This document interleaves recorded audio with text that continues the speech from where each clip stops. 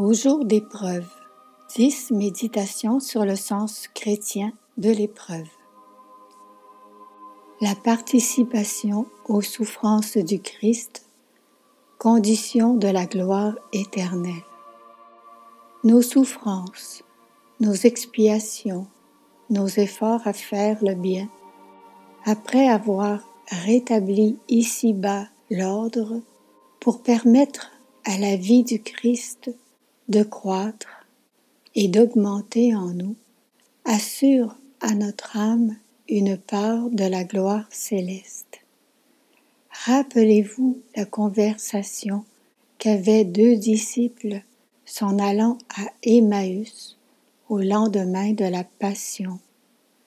Déconcertés par la mort du divin Maître, qui semblait mettre fin à leurs espérances de règne messianique, ignorant encore la résurrection de Jésus, ils se font mutuellement part de leur profonde déception.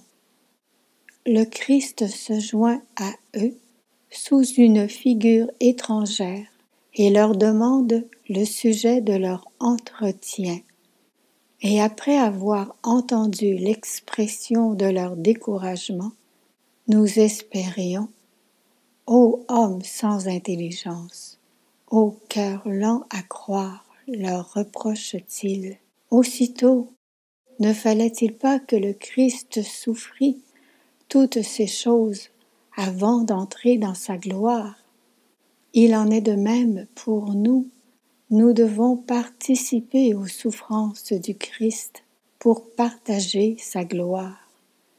Cette gloire et cette béatitude seront immenses si nous sommes enfants de Dieu, écrit saint Paul.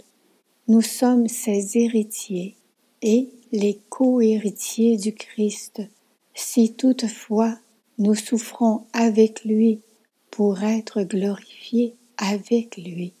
Et il ajoute, car j'estime que les souffrances du temps présent n'ont pas de proportion avec la gloire à venir qui sera manifestée en nous.